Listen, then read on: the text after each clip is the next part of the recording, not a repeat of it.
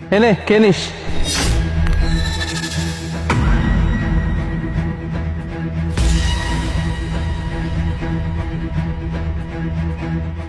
আরে কি ব্যাপার, তুমি রাস্তায় বসে কেন পড়লা?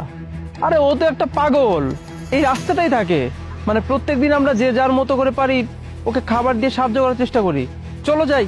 আচ্ছা, আহ, ওর এই অবস্থা কিভাবে? মানে তুমি বললা যে ও পাগল, মানে ও পাগল কিভাবে হলো? পাগল কি করে হলো? আসলে লোকের মুখে শুনতে পাই জানো তো, ও আজকে একটা মেয়ের জন্য পাগল হয়েছে। ও একটা মেয়েকে অনেক ভালোবাসতো, অনেক ভালোই যাচ্ছিল তাদের রিলেশন, কিন্তু একটা পর্যায়ে এসে মেয়েটা ওকে চাকরি করার জন্য বা নিজের পায়ে দাঁড়ানোর জন্য বিভিন্নভাবে প্রেশার ক্রিয়েট করে। কিন্তু ও তো একটু অলস প্রকৃতির ছিল, মানে মানুষ তো এটাই বলা বলি করে, আর এই কারণে কোনো কিছু করতো না। আর একটা সময় এসে মেয়েটার অন্য জায়গায় বিয়ে হয়ে যায়, আর বিয়ে হয়ে যাওয়ার পর থেকেই মানুষের মুখে শুনছি ওনাকে আস্তে আস্তে মানসিক ভারসাম্য হারাই ফেলে, আর তারপর এই অবস্থা হয়ে যায়। প্রত্যেকদিন এখানে আসে, যে যার মতো করে পারে ওকে খাবার দেয়। তবে আর একটা ব্যাপারও মানুষের মুখে শোনা যায় জানো তো, ও নাকি মানে যখন ভালো ছিল, যে মেয়েটাকে ভালোবাসতো, অনেক অত্যাচার করতো ওই মেয়েটাকে। না, এটা একদমই সত্যি না। মানে আসলে ও যার জন্য আজকে এই অবস্থা, সেই মেয়েটার কেউ না, সেই মেয়েটা আমি। মুনা, কি বলতেছো তুমি? তুমি তাহলে সে মেয়ে যার জন্য ওর আজকে এই অবস্থা? হ্যাঁ, আমি আমি ওর সেই এক্স গার্লফ্রেন্ড, যার জন্য আজকে ও এইভাবে পাগল হয়ে গেছে, রাস্তায় বসে আছে।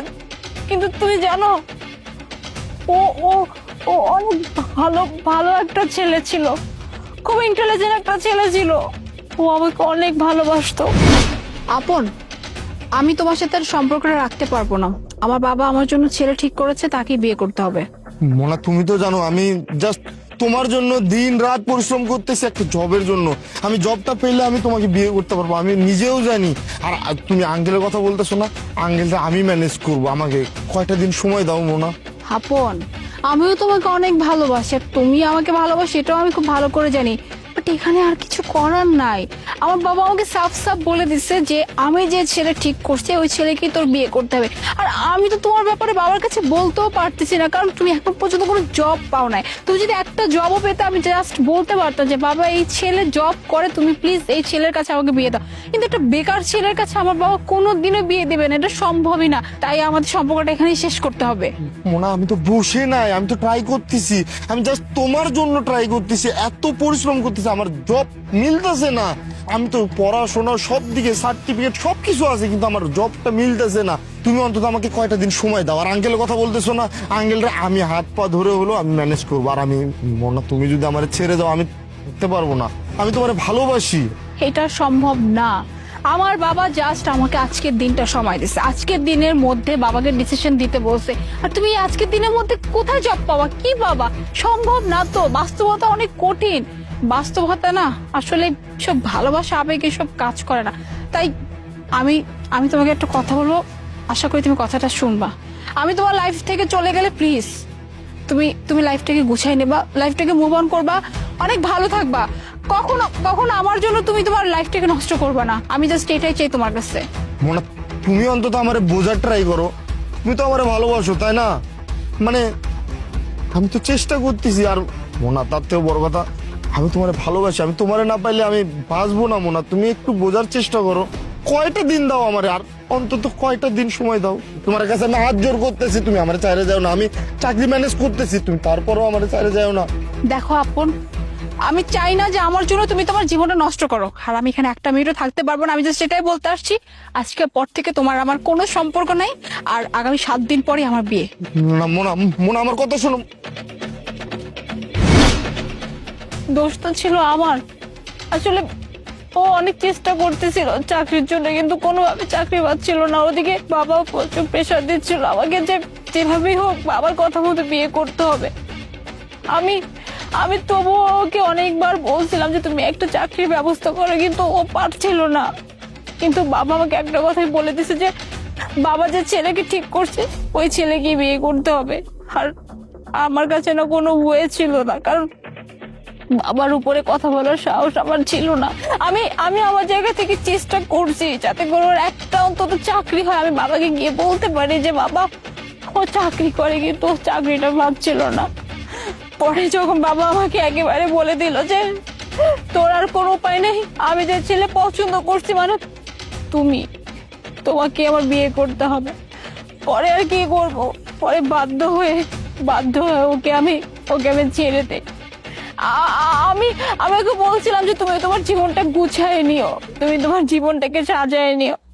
বিশ্বাস করো আমি এটা কল্পনাও করি না যে আমার জন্য ওর এই অবস্থা হবে।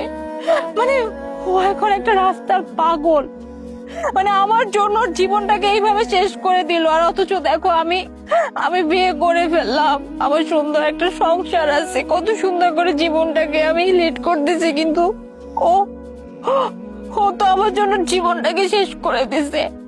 আমি তো এটা ভেবে নিয়েছিলাম যে ও হয়তো মুভ অন করে ফেলছে, ও বিয়ে করছে, ওর সংসার আছে, ও ভালোই আছে, কিন্তু দেখো ওর কি অবস্থা। আমার জন্য ও এইভাবে রাস্তায় এখন পড়ে আছে, মানসিক ভারসাম্য হারায় ফেলছে, ও নিজেও জানে না ওকে। এমনকি দেখো আমি ওর সামনে বসে আছি, ও একটা বার বুঝতেও পারলো না যে ওর সামনে ওর মোনা বসে আছে। আসলে আমি জানি না আমার এই পাপের জন্য আল্লাহ আমাকে কোনোদিন ক্ষমা করবে কিনা। আমি তো আসলে নিরুপায় ছিলাম, আমার কাছে কোনো উপায় ছিল না, যার জন্য ওকে আমার ছেড়ে দিতে হয়েছে। আর আজকে আমার জন্য ওর এই অবস্থা। মোনা, এভাবে কথা বলো না। তুমি নিজেকে শুধু শুধু দোষ কেন দিচ্ছ বলো? আর তাছাড়া সবকিছুর মালিক তো আল্লাহ, জন্ম মৃত্যু বিয়ে সবকিছু তো উপরওয়ালার হাতে। আজকে যদি আল্লাহ তোমার কপালে ওকে লিখে রাখতো তাহলে হয়তো আজকে তোমরা দুজন হাজবেন্ড ওয়াইফ হতে, আজকে তো আমি থাকতাম না। কিন্তু আল্লাহ আমার সঙ্গে তোমার জীবনটাকে লিখে রেখেছিলেন বিধায় আজকে তুমি আমার ওয়াইফ। আর তাছাড়া তুমি তো তোমার মতো করে চেষ্টা করেছিলে ওকে বোঝানোর জন্য, শুধু শুধু এভাবে নিজেকে দোষারোপ করো না। কিন্তু আমি একটা কাজ অবশ্য করতে পারি ওর জন্য, জানো তো? আমার একটা ফ্রেন্ড আছে, ও মানসিক রোগের ডাক্তার। আমি একটা কাজ করতে পারি, আমি ওকে নিয়ে আমার ওই ফ্রেন্ডের কাছে যেতে পারি, আমার ফ্রেন্ডকে দিয়ে ওর চিকিৎসা যাতে ভালো মতো হয় সেই ব্যবস্থা আমি করাতে পারি। এছাড়া আমি বা আমরা কি বা করতে পারি বলো? প্লিজ এভাবে মন খারাপ করে থেকো না। চলো, আমি ফোন করে বলে দিচ্ছি আমার ফ্রেন্ডকে, ও লোক পাঠিয়ে দিবে। চলো, খা, তুই খা।